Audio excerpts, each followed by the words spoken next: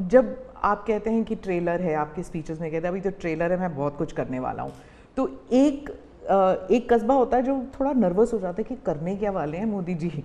एक वो नर्वस होते हैं, जो दूसरी जिनका विश्वास आप पर पूर्ण तरह है, वो सोचते हैं कि हाँ अभी और काम बाकी है और मोदी जी उसे अंजाम देने वाले हैं। तो दोनों के लिए आप अगर हमें बताएं कि विजन क्या है कि 2047 तक किस तरह ये विजन सक्सेसफुल होगा, क्या आपका गेम प्लान है? जब मैं कहता हूँ कि मेरे मन में बहुत बड़े बड़े प्लान है और उसके लिए बहुत बड़े बड़े फैसले हैं, किसी को डरने की ज़रूरत नहीं है। मेरे निर्णय किसी को डराने के लिए नहीं है, किसी को दबाने के लिए भी नहीं है। मेरे निर्णय देश के सर्वांगीण विकास के लिए है, जन कल्याण के लिए है, देश के युवाओं के एस्पिरेशंस को मैं देर करना नहीं चाहता हूँ, मैं समय बिगाड़ना नहीं चाहता हूँ, उस अर्थ में मैं कह रहा हूँ। दूसरी बात है, ज़्यादातर सरकारों का स्वभाव होता है, वो ये मिजाज में रहते हैं हमने तो सब कुछ कर लिया, हम तो सब कुछ करते हैं। मैं नहीं मानता हूँ मैंने सब कुछ कर लिया है।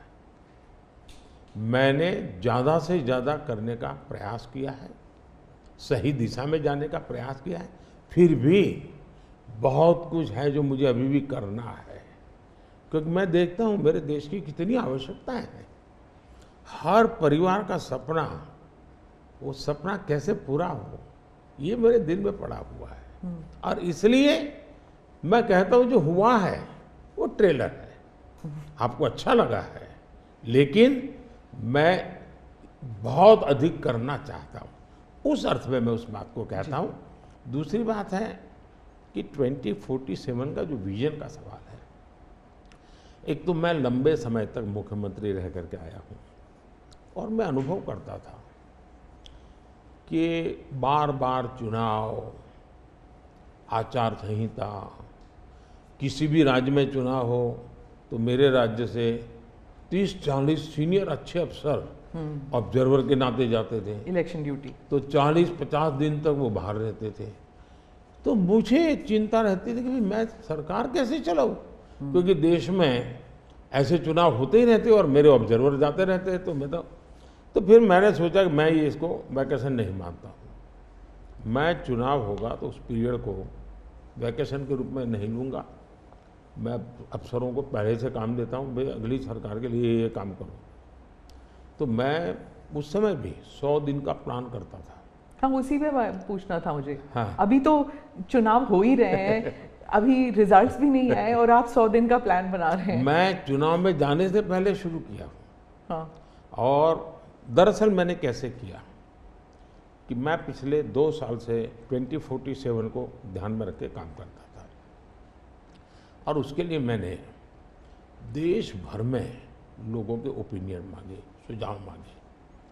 शायद 15 लाख से अधिक लोगों के मैंने सुझाव दिए हैं कि वो आने वाले 25 साल में हिंदुस्तान को कैसे देखना चाहते हैं। और मैंने सभी यूनिवर्सिटीज़ को कांटेक्ट किया, मैंने अलग अलग एनजीओ को कांटेक्ट किया, संगठनों को, और 15-20 लाख लोग उन्होंने इनपुट दिया। फिर मैंने एआई की मदद लेकर के उसको सब्जेक्ट वाइज बनाया, उसका काफ़ी मैंने टेक्नोलॉजी, आर्टिफिशियल इंटेलिजेंस, हाँ, टेक्नोलॉजी का भरपूर उपयोग किया। ओके। मैंने हर विभाग में अफसरों की एक डेडिकेटेड टीम बनाई कि भाई इस पर काम कीजिए, कैसे हो सकता है अगले टर्म के लिए, 25 साल के लिए। 25। और फिर मैंने खुद ने उनके साथ बैठा, प्रेजेंटेशन दिए 2-2, 2.5 घंटे, और मेरा विजन के अनुरूप क्या चीज़ें हैं, कौन सी चीज़ें डुएबल हैं, कौन सी चीज़ें डुएबल नहीं। थोड़ा सा ट्रेलर बता सकते हैं? उसको मैं ऐसा है कि आचार संहिता चल रही है। अच्छा। मैं अभी अगर इन चीज़ों को बताऊंगा तो शायद कोई उसको गलत अर्थ में ले लेगा, तो मैं उसमें फंसना नहीं चाहता हूँ जी। लेकिन इसमें कुछ छुपा हुआ नहीं है, मिल ही जाएगा। दूसरा मैंने कहा कि मैं चाहता हूँ कि ये जो मैं डॉक्यूमेंट बना रहा हूँ, जो मेरा विजन है, लेकिन वो विजन मोदी की बपौती नहीं है, वो 15-20 लाख लोगों के विचारों को उसमें समाहित किया। एक प्रकार से इसकी ओनरशिप देश की है।